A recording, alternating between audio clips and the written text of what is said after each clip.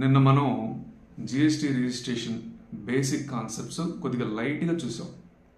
ఈరోజు ఇంకొద్దిగా ఎలాబరేటివ్గా నేర్చుకుందాం. సరే, దానికన్నా ముందు ఈ ఛానల్లో నేను డైరెక్ట్ ట్యాక్సెస్, ఇండైరెక్ట్ ట్యాక్సెస్ రెండు టీచ్ చేస్తాను. మెయిన్గా సిఏ ఇంటర్, సిఏ ఫైనల్ చదువుకునే వాళ్ళకి ఇవి ఎక్కువగా యూజ్ అవుతూ ఉంటాయి. నేను సిఏ ఫైనల్ మెటీరియల్ని టీచ్ చేస్తున్నాను. జిఎస్టీకి, ఇన్కమ్ ట్యాక్స్కి కూడా అదే టీచ్ చేస్తాను. మిగతా వాళ్ళు ఏ డిగ్రీలు చదువుకున్నా, ఏ డిగ్రీల్లో income tax act, GST act ఉన్నాయో వాళ్ళు కూడా ఈ వీడియోస్ చూడొచ్చు, వాళ్ళకి యూజ్ అవుతాయి. నేను ఎగ్జామ్ ఓరియంటెడ్గానే టీచ్ చేస్తాను. ఎగ్జామ్లో ఏ క్వశ్చన్లు అడుగుతారో అవి ఇక్కడ సాల్వ్ చేస్తాను. మీరు ఏదైతే డౌట్ ఎక్స్ప్రెస్ చేస్తారో అవి కూడా ఇక్కడ సాల్వ్ చేస్తాను. నేను నిర్మోహమాటంగా అడిగేయచ్చు. ఓకేనా? ఓకే, సరే.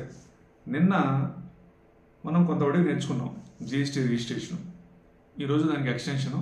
తెలిసిందే కదా, జిఎస్టీ రిజిస్ట్రేషన్ లేకుండా ట్యాక్స్ కలెక్ట్ చేస్తే అది ఒక పెద్ద క్రైము. కేసులు బుక్ అవుతాయి, జైల్లో వేస్తారు. ఓకే, మరి ఈ చాప్టర్లో ఇంకా ఏం నేర్చుకుంటాం? ఇక్కడ మీరు చూసినట్లయితే, ఇక్కడ మీరు అబ్జర్వ్ చేసినట్లయితే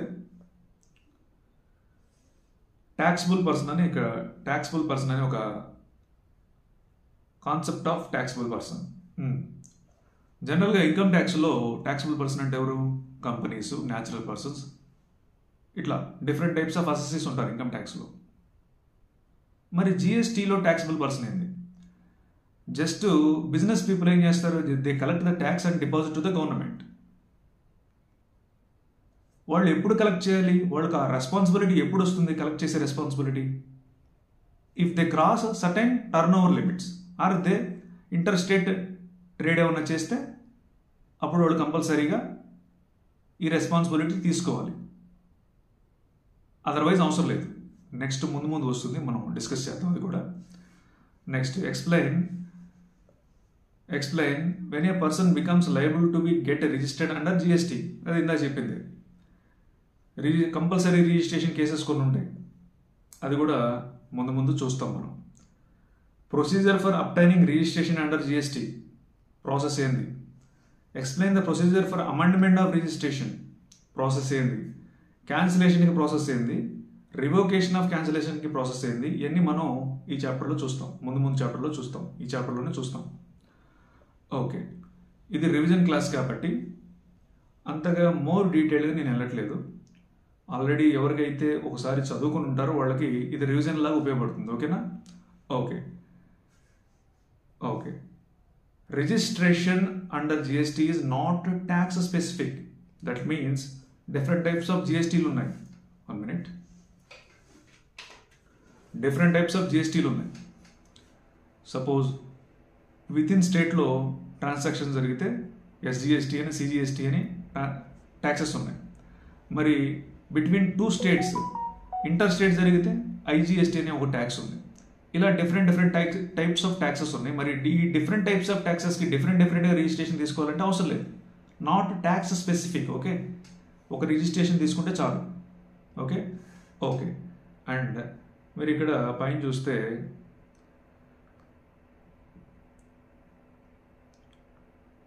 ఇక్కడ 1 minute. జిఎస్టీ రిజిస్ట్రేషన్ అనేది స్టేట్ వైజ్ రిజిస్ట్రేషన్. అంటే సపోజ్ నువ్వు ఒక బిజినెస్ కండక్ట్ చేస్తున్నావు తెలంగాణలో. ఇఫ్ తెలంగాణలో నీ టర్న్ ఓవర్ ఒక సర్టెన్ లిమిట్ దాటిందనుకో, సర్టెన్ లిమిట్ దాటితే నువ్వు జిఎస్టీ రిజిస్ట్రేషన్ తీసుకోవాలి. అలాగే నువ్వు తెలంగాణలోనే కాదు, నువ్వు మల్టిపుల్ స్టేట్స్ ఇన్ ఇండియాలో డిఫరెంట్ స్టేట్స్లో నువ్వు బిజినెస్ కండక్ట్ చేస్తున్నావు. అప్పుడు నువ్వు తెలంగాణతో పాటు మిగతా స్టేట్స్లో కూడా రిజిస్ట్రేషన్ తీసుకోవాలి. అదే చెప్తున్నారు ఇక్కడ.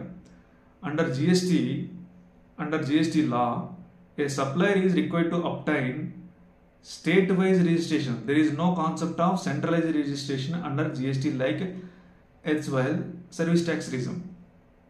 ఓకే, స్టేట్ వైజ్ రిజిస్ట్రేషన్ తీసుకోవాలి. ప్రతి స్టేట్లో రిజిస్ట్రేషన్ తీసుకోవాలి. నెక్స్ట్ వస్తుంది, ముందు అది కూడా డిస్కస్ చేద్దాం. ఓకే, రెలవెంట్ డెఫినేషన్స్ ఇవన్నీ ఒకసారి చూసుకోండి. అన్ని చాప్టర్స్లో వస్తుంటాయి definitions. Next taxable persons section 2 subsection 107.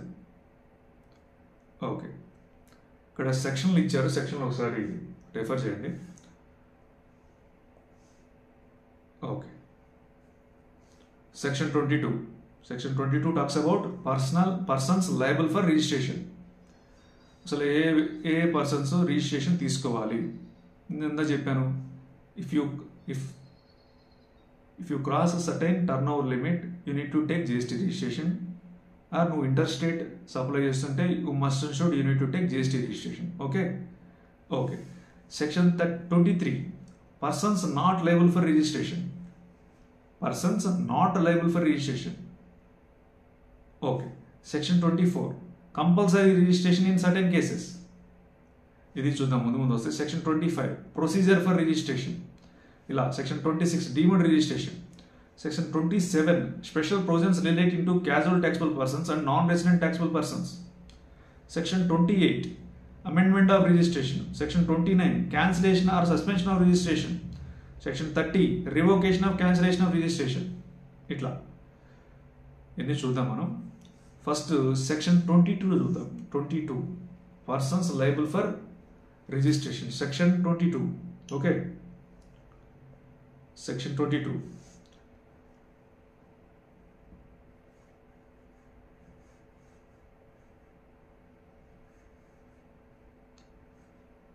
Okay, see here, threshold limit for registration. Every supplier of goods or services or both is required to obtain GST registration. Epudu in the state or union territory from where he makes the taxable supply, if the aggregate turnover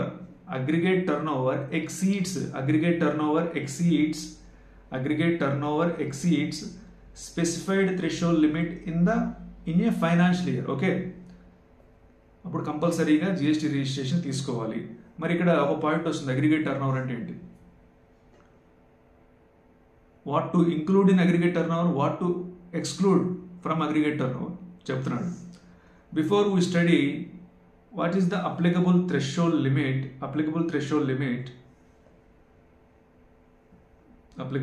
limit for various states or union territory. Let us first understand the concept of aggregate turnover. Aggregate